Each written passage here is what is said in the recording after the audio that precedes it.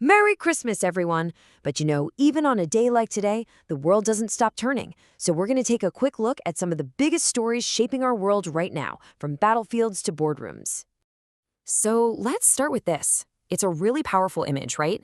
For the first time in 2 whole years, we're seeing huge crowds back in Bethlehem for Christmas. It's a real glimmer of hope.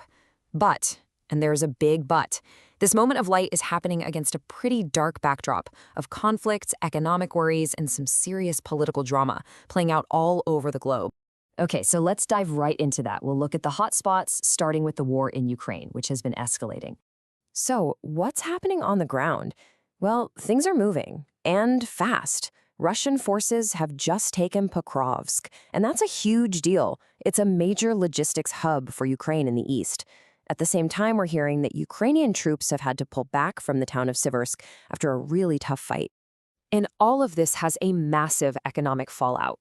Look at this number. The price of Russia's main crude oil, Urals, has absolutely tanked. We're talking around $35 a barrel. Now, what does that mean? It means the Kremlin's wallet is getting a lot lighter, making it that much harder for them to pay for this war. All right, let's shift gears and head over to the Middle East. As we saw, that ceasefire in Gaza made those celebrations in Bethlehem possible. But man, that peace is hanging on by a thread. And here's why.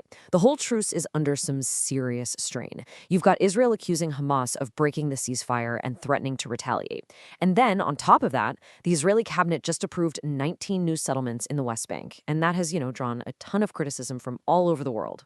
So all this tension we're seeing, it's not happening in a vacuum. It's sending these huge shockwaves through the global economy, and it's creating this really weird picture. We're seeing growth, but also a lot of anxiety and even revolt. Take the US, for example. On paper, the economy looks surprisingly strong. I mean, check it out. GDP grew at a 4.3% clip in the third quarter. That's pretty solid. And it helped push the S&P 500 to a record high. But here's where it gets weird. Even with that great economic news, how people are feeling about the economy is a whole other story. Consumer confidence? It's actually dropped to its lowest point since April. It's a total paradox, right? People are still really worried about high prices and tariffs, which just goes to show you those big headline numbers don't always tell the full story of what's happening at home. And that anxiety isn't just a feeling everywhere. Over in France, it's literally boiling over into the streets. We're seeing a massive farmers' revolt. They are not happy, and they're blocking highways to make sure everyone knows it. So what's got them so fired up? Well, it's kind of a perfect storm of issues. They're fighting a huge new trade deal, they're angry about mass cattle culls, and they're terrified that cheap imports are going to wipe them out. For them, this is about their entire way of life, and it really shows a deep rift between rural communities and the folks in charge. Okay, so conflicts today aren't just about tanks and soldiers anymore. The battlefield is getting a lot bigger, spilling over into the digital world and into high-stakes diplomacy. Speaking of France, just imagine this. It's days before Christmas, the busiest shipping week of the year, and bam! A massive cyber attack hits the National Postal Service, La Poste. Everything just stopped. Computer systems paralyzed, package tracking down, the whole operation grinding to a halt. So who would do that? Well, we didn't have to wait long for an answer. A pro-Russian hacking group they call themselves No Name 057 stepped up and took credit.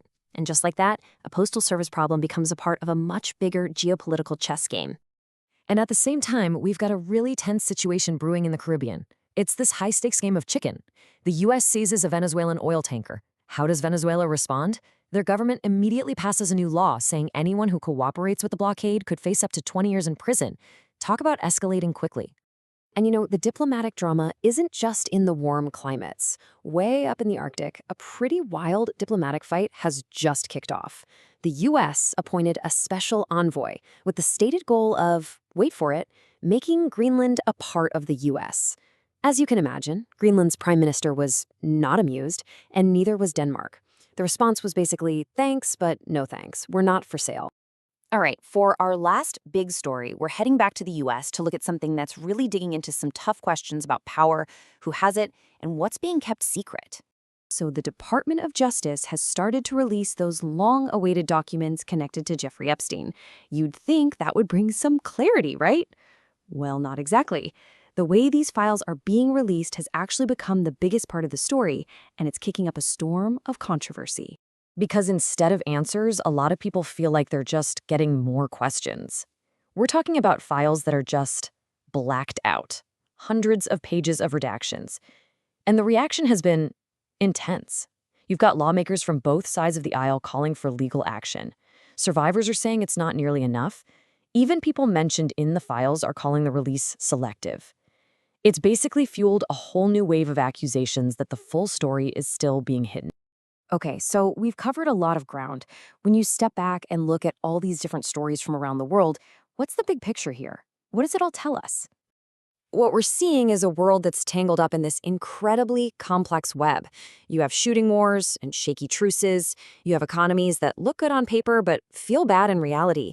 And then you have these new battlefields, online and embassies. It all feels connected, you know? Pull on one thread and the whole web shakes. And that leaves us with the big question as we wrap up the day. Are all these things we're seeing, the conflicts, the protests, the cyber attacks, are they just bumps in the road?